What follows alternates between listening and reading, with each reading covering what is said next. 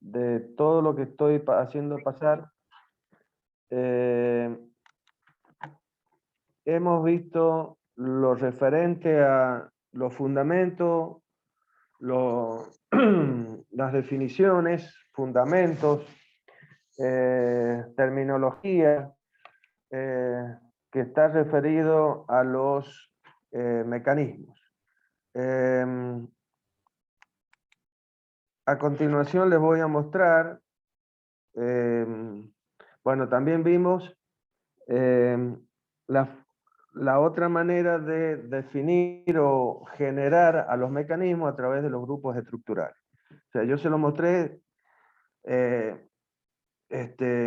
a través de lo que se denominan las transformaciones, las inversiones, llegamos a los mecanismos básicos y que generalmente se utilizan y que van a necesitar en la vida real, y también la otra manera de hacerlo, que es a través de los grupos estructurales.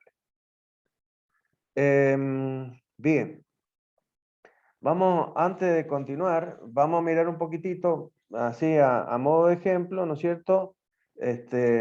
Lo que serían algunos ejemplos de cuadriláteros articulados,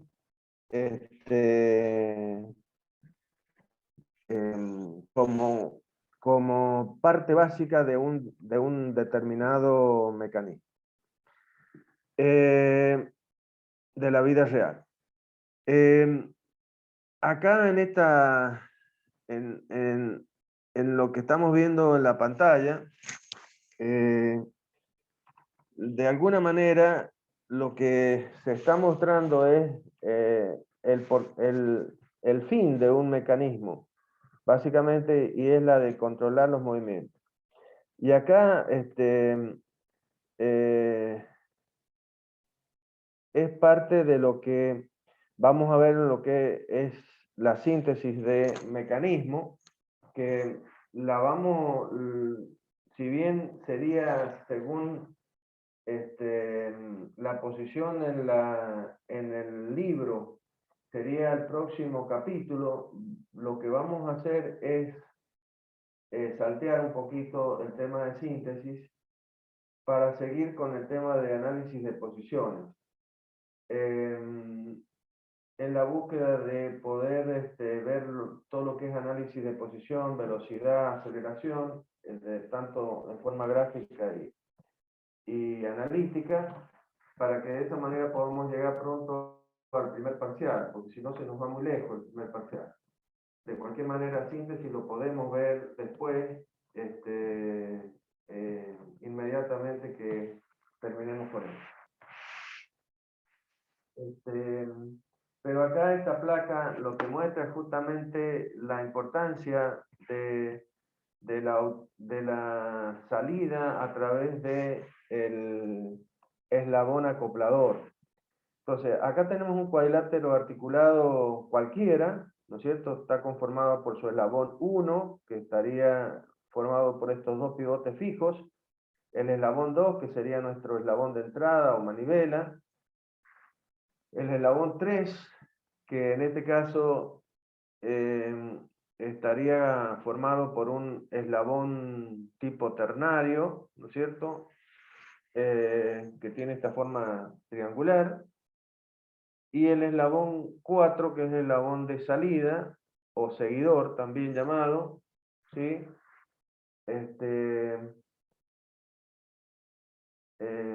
De tal manera que hemos identificado un punto cualquiera del eslabón acoplador como un punto P. Ese punto P va a seguir una curva que se llama curvas de acoplamiento, y que son, de acuerdo a lo que yo les dije, les adelanté, son las curvas que normalmente nosotros necesitamos para controlar un movimiento. Entonces, si bien este eslabón balancín generalmente se le llama eslabón de salida, el eslabón acoplador también es un eslabón de salida y da mejores mayor riqueza en cuanto a la posibilidad de controlar movimientos que el eslabón de balancín, que también se utiliza como eslabón de salida muchas veces. Puede ser,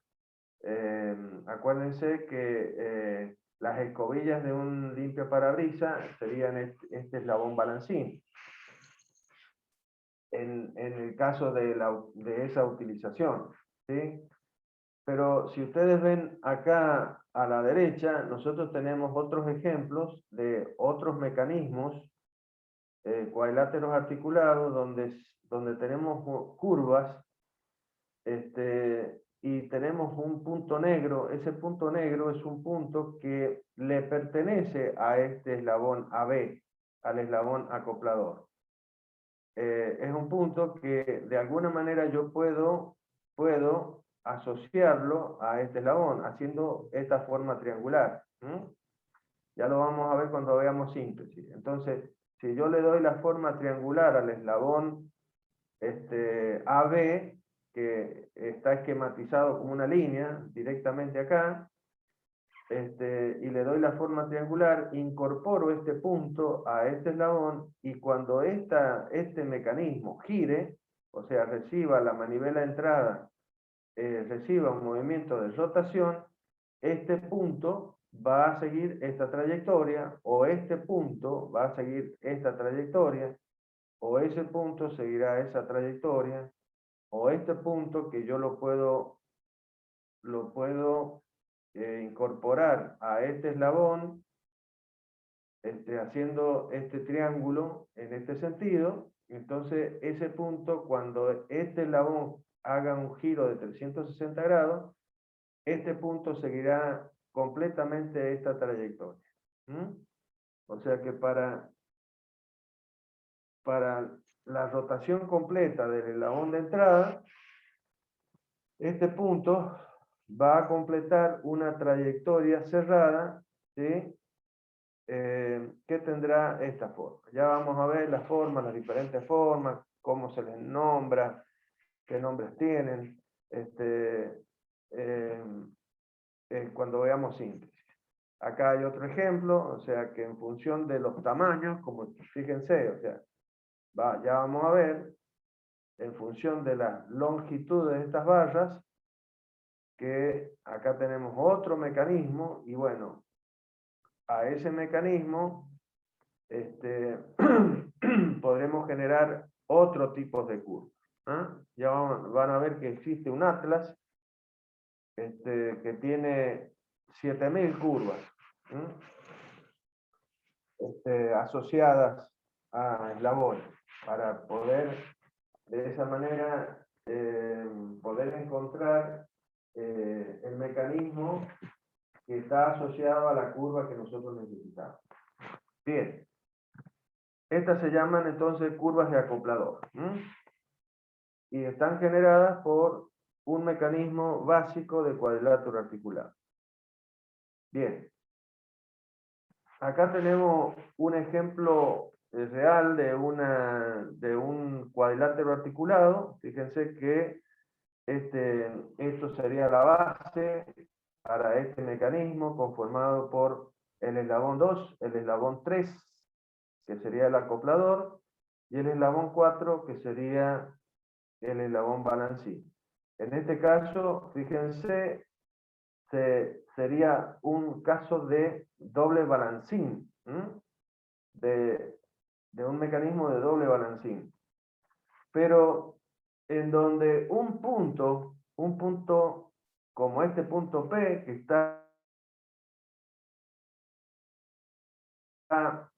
ubicado en una prolongación del eslabón acoplador, ¿sí? O sea, fíjense, en el caso anterior, ¿sí? Es como que yo lo tengo en la dirección del eje baricéntrico del eslabón AB, y lo tengo por acá más o menos, a ese punto P. O sea, es un punto cualquiera del eslabón acoplador, pero un punto cualquiera que tiene una función específica.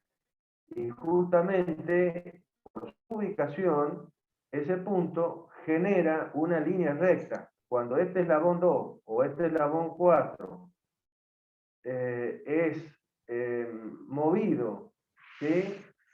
Este punto P, que pertenece al acoplador 3, va a realizar una trayectoria rectilínea. Y es tal vez lo que nosotros queremos encontrar. Esto, como ustedes ven, es una grúa de amantillado a nivel de 50 toneladas, como dice acá. O sea, esto es una grúa, ¿eh? Que necesito que siga esta dirección para poder llevar o para colocar alguna viga y va formando un techo, digamos, plano. Esta distancia seguramente está calculada para, o sea, todas las longitudes de las barras están calculadas para que este punto primero siga una trayectoria rectilínea y también que tenga una determinada longitud.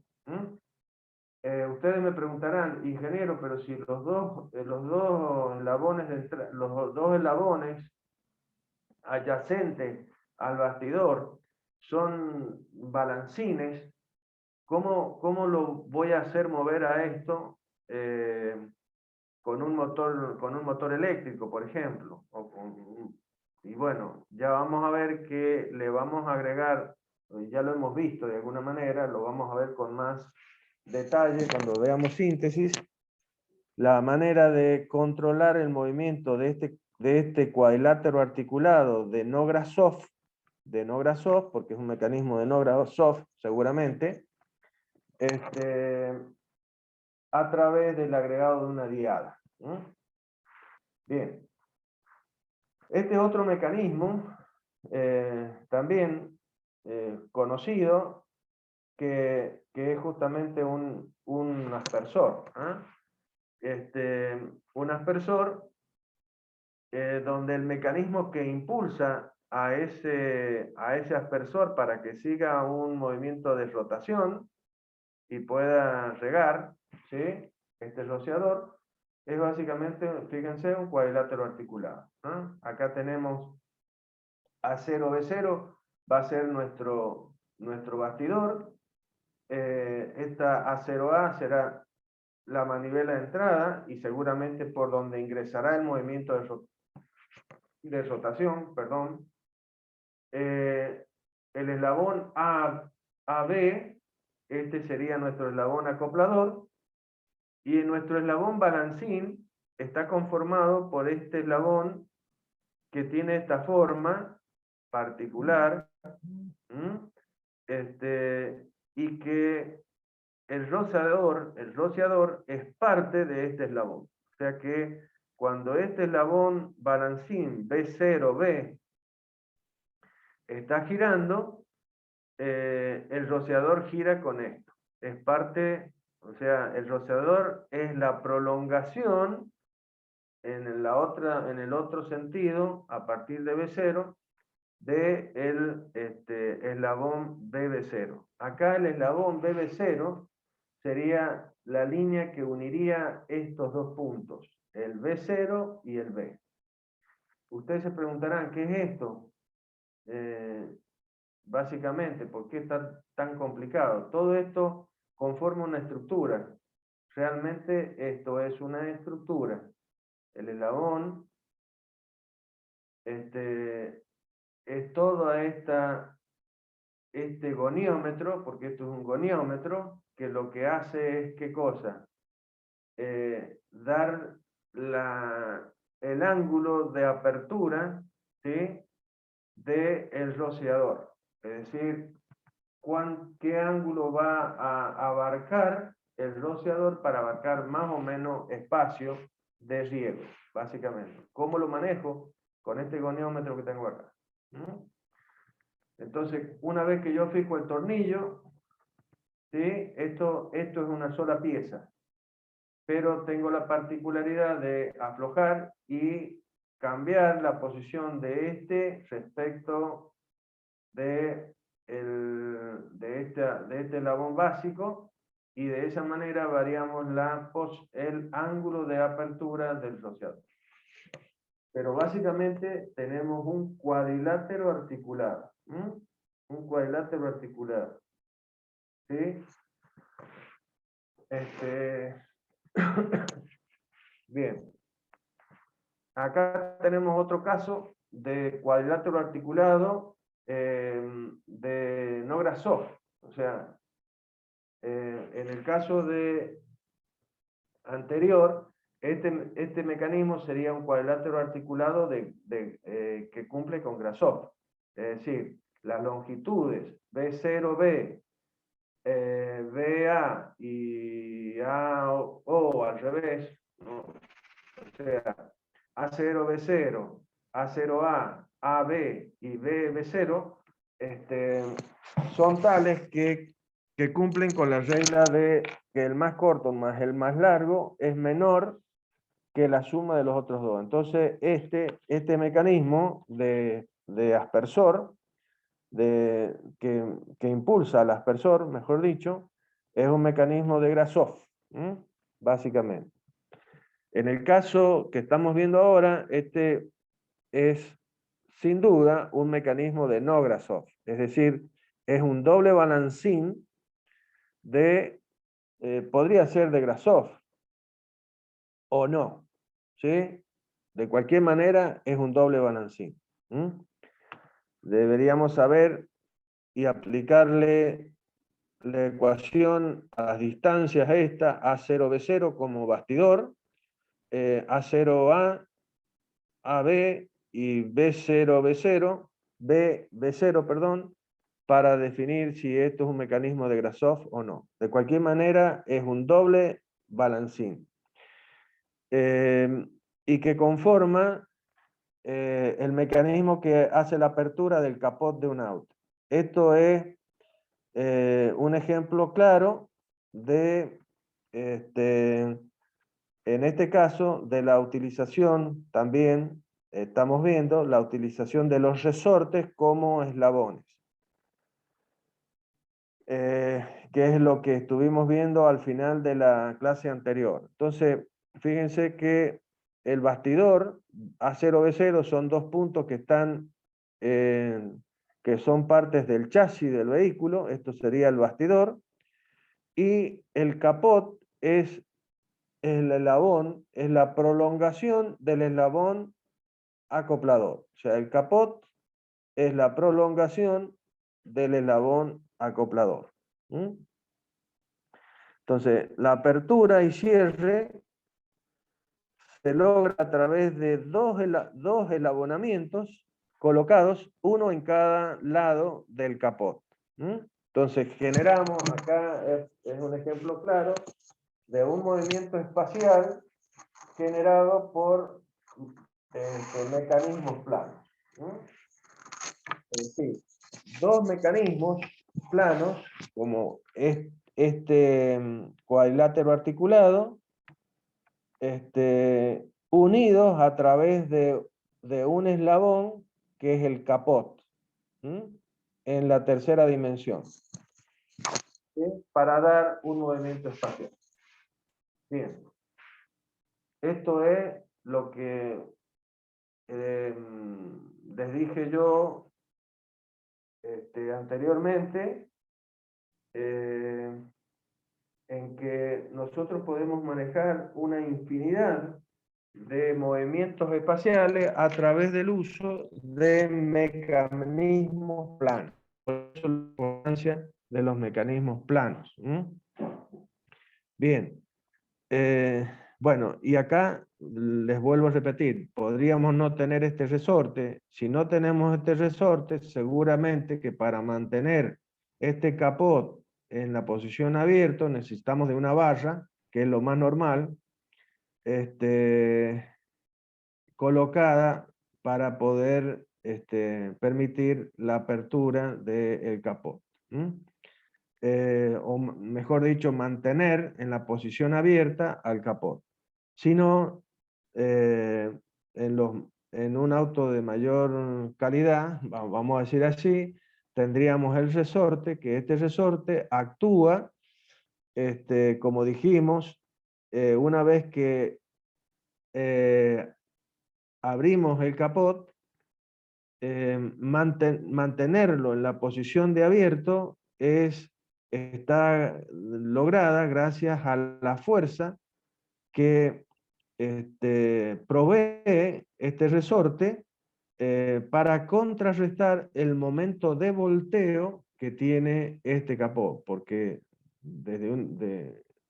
¿qué pasa? Nosotros tenemos esto esto es una masa, un centro de masa que estará ubicado en algún punto por acá, generará, o sea, la fuerza estaría toda aplicada, todo el peso del capó ahí, y generaría un momento de volteo que cerraría a este capó, ¿no es cierto? Entonces, este resorte va a generar la cupla antagónica para que eso no pase. Bien, sigamos. Este es otro ejemplo básico de la utilización de un mecanismo de cuadrilátero articulado. Fíjense, esta es una máquina que se utiliza en la industria del petróleo. Es una bomba para bombear justamente petróleo. ¿Y cuál es la particularidad que tiene? Y que nosotros tenemos que hacer que un eje que se introduce en el pozo tenga un movimiento de traslación rectilínea, movimiento de rectilíneo. Entonces, yo necesito un mecanismo que un punto de ese mecanismo siga una trayectoria exactamente rectilínea. Si ustedes ven en el esquema, yo acá voy a tener lo que se denomina un cuadrilátero articulado, donde este triángulo vertical, perdón, conformaría lo que es la bancada de esta máquina, o mejor dicho, el bastidor. Este sería el bastidor. Y acá tendríamos articulado al bastidor, tendríamos este primer eslabón 2, que es un balancín. Acá le han llamado 3 al otro balancín, que sería el 4, y lo que sería nuestro acoplador, aquí le han llamado 4. Bueno, de cualquier manera no importa. Nosotros sabemos que este es nuestro bastidor, este es un balancín que normalmente le llamamos 2, este es el 4, y este es nuestro 3, este es nuestro acoplador. Fíjense la forma de triángulo que tiene, la forma más lógica, o le podríamos dar la forma de una T, lo que sea, no importa la forma que tenga. Lo importante es que este punto, que sería ese tercer vértice de este triángulo que estaría formado acá, es un punto que va a seguir una trayectoria rectilínea. Ahí lo vemos más como cuerpo real, ¿sí? Y ahí vemos lo que sería el contrapeso, ¿sí? Este elemento que va a permitir el contrapeso básicamente para un funcionamiento más suave de todo este mecanismo. ¿Cómo ingreso el movimiento acá? A través de esta otra diada que está movida por un motor eléctrico. Entonces, acá tenemos un mecanismo que está conformado primeramente como un mecanismo de cuadrilátero articulado, que sería el mecanismo básico, y después le agregamos una diada que es la que va a impulsar a este mecanismo para ir en las dos direcciones. Bien. Otro ejemplo simple, muy simple, de cuadrilátero articulado, como el freno de una silla de ruedas. Entonces, no se ve muy bien, pero si ustedes ven, la palanca que acciona la persona es justamente un doble balancín, ¿no es cierto? Es un mecanismo de doble balancín, donde yo ingreso el movimiento por una palanca, que es la prolongación del balancín de entrada. Acá tenemos este puntito, es la articulación de este eslabón en el bastidor, que viene a ser el chasis de la silla, que está tomada como el bastidor, en este caso, y la distancia entre estos dos puntitos sería el eslabón balancín de entrada. Después este sería el acoplador, y este eslabón que está articulado al chasis sería el balancín de salida. Y en su prolongación está colocado el taco que va a trabajar sobre la rueda para frenar. Entonces, a la acción de la persona se produce el efecto de frenado como está indicado acá. ¿Mm? Bien, otro mecanismo de cuadrilátero articulado con otra forma en el caso de un patín. En un caso de una bota que sirve para patinar, ¿sí? Tenemos la posición de libertad, digamos así, y la posición de frenado. Entonces, como ustedes ven, el cuerpo del el zapato, ¿no es cierto?, estaría conformando nuestro bastidor, ¿m?, para este mecanismo que nosotros estamos analizando. Entonces, si bien este elemento se mueve, para el análisis, para el estudio nuestro, como ya lo vamos a ver, el zapato es nuestro elemento fijo, aunque se esté moviendo, no importa. Entonces, nuestro eslabón, por supuesto, esto también es otro cuadrilátero articulado de doble balancín. La acción es la acción que hace la persona moviendo a este eslabón de entrada, haciendo la pierna hacia atrás.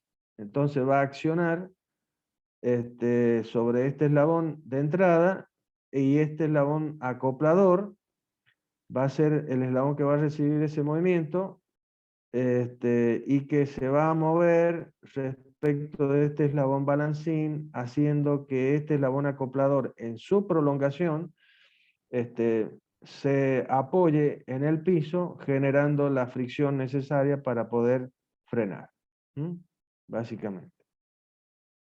Bien, este es otro mecanismo utilizado por los rockeros, no, por todas las personas que tienen una batería. Este sería el caso de trabajar un tambor o batería con un pedal, ¿eh? Entonces, acá tenemos otro cuadrilátero articulado, ¿sí?, donde también va a ser un doble balancín. Fíjense todas las aplicaciones que tiene un mecanismo de doble balancín. Por eso no tenemos que pensar que un mecanismo de cuadriláteros tiene que ser un manivela balancín, sí o sí. No, porque existen impresionantes cantidades de aplicaciones para los mecanismos de doble balancín. En este caso, al pisar este pedal, lo que vamos a hacer es accionar sobre el acoplador, de tal manera que la prolongación del acoplador va a ser el elemento que va a producir la percusión, básicamente. Bien, este es otro caso de cuadrilátero articulado, también de doble balancín. Básicamente esto es una pinza de fuerza, en la cual una de los mangos de esa pinza va a ser nuestro bastidor. Ese va a ser el elemento bastidor, la pieza fija, digamos así, y que va a proveer una de las mandíbulas de esa pinza. Luego, la otra mandíbula va a ser la salida del mecanismo de cuadrilátero articulado, ¿m? Para producir el apriete de una pieza. ¿M? Esto es una pinza de fuerza, generalmente es una pinza de fuerza. Es para mantener esto, una vez que cierra, traba en una posición y mantenemos fija dos piezas para poderle hacer algún trabajo entre esas dos piezas. ¿M? Soldarlas, lo que sea. ¿M? Entonces, el otro mango de la pinza está es el acoplador, y en su prolongación de ese conforma al acoplador. Y esta sería